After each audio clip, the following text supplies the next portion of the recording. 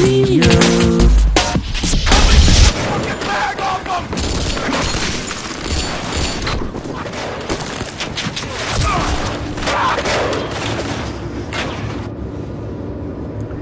need to adjust your video settings, folks. Those compression artifacts, lens flares, and light smears are all part of the visual style used in Kane Lynch 2 Dog Days. It's distracting at first, but you get used to it, and you might even come to really like it. Hopefully you do, because you can't turn any of the filters off. The only thing that's optional is the shakiness of the third-person camera.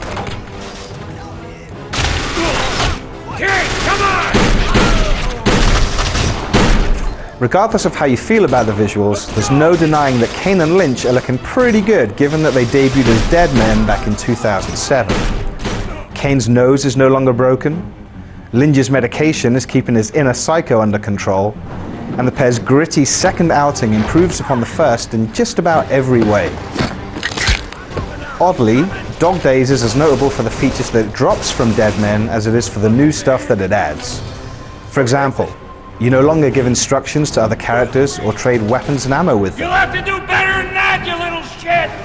And outside of the two-player co-op, which is available both online and split screen, you don't get to bring friendlies back to life with a quick shot of adrenaline.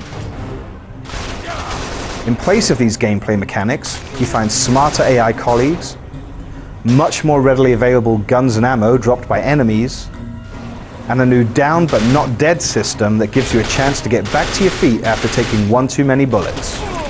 I'm moving in! No! You're lying!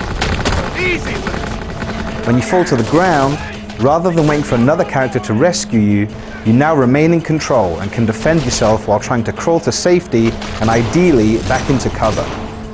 It's a great system that makes for some pretty memorable moments, and you should know that enemies use it too. Remember how the psychotic, AI-controlled Lynch used to unload shot after shot into enemies who were already dead in the first game? In the second, you might catch yourself doing exactly the same thing, just to be sure. Because Lynch's medication is working for the most part, playing as him is really no different than playing as Kane, which player 2 does in co-op. You get a slightly better experience playing as Lynch though, not only because he can occasionally be heard talking to himself in a way that makes you feel like he's close to losing it, but because so much of the story revolves around him. You listen to me. It's also worth noting that in online co-op the host always plays as Lynch, and in our experience doesn't suffer quite as much lag as the second player. Come on, let's talk. Regardless of who you play as, Dog Days Story Mode is an entertaining but largely repetitive ride that lasts for only 4 hours or so. Only 2 or 3 action sequences in that time stand out as being different and memorable, yet it's still the gunplay rather than the story that's likely to hold your interest.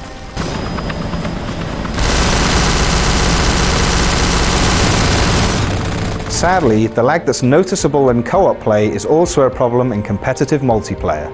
You can still have a good time in the Fragile Alliance, Undercover Cop, and Cops vs. Robbers modes, but when the lag gets bad, which happens a fair bit, it makes targeting enemies who are skipping animations and jumping from spot to spot pretty frustrating.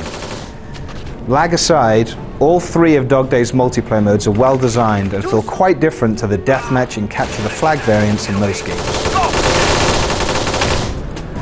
In Fragile Alliance, for example, up to 8 of you attempt to carry out a robbery but have the option to betray each other for a bigger share of the loot at any time. You respawn as a cop when you're killed, so you can still earn a lot of money either by recovering stolen goods or by exacting revenge on the gang member who betrayed you.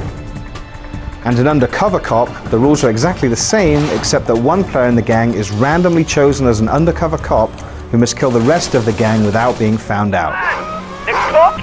The new single-player arcade mode is a great way to practice for online Fragile Alliance games, since the main difference is simply that in arcade mode you play alongside bots instead of players. Arcade mode also challenges you to complete the same 4 or 5 minute level over and over again, making it a little tougher each time, which is fun to do a couple of times, but gets old pretty fast. See them step outside, you go in, grab the files, and get out. Kane Lynch 2 Dog Days looks better, sounds better, and plays better than the first game. The problem is that there just isn't enough of it. The story mode can be beaten in around 4 hours. The arcade mode takes less time than that to get old. and there are only 3 multiplayer modes that all use the same 6 maps over and over again. With a longer and more varied story mode and a better, lag-free suite of multiplayer options, Dog Days would have been very easy to recommend. As it is though, this package just comes with too many caveats to be recommended without hesitation.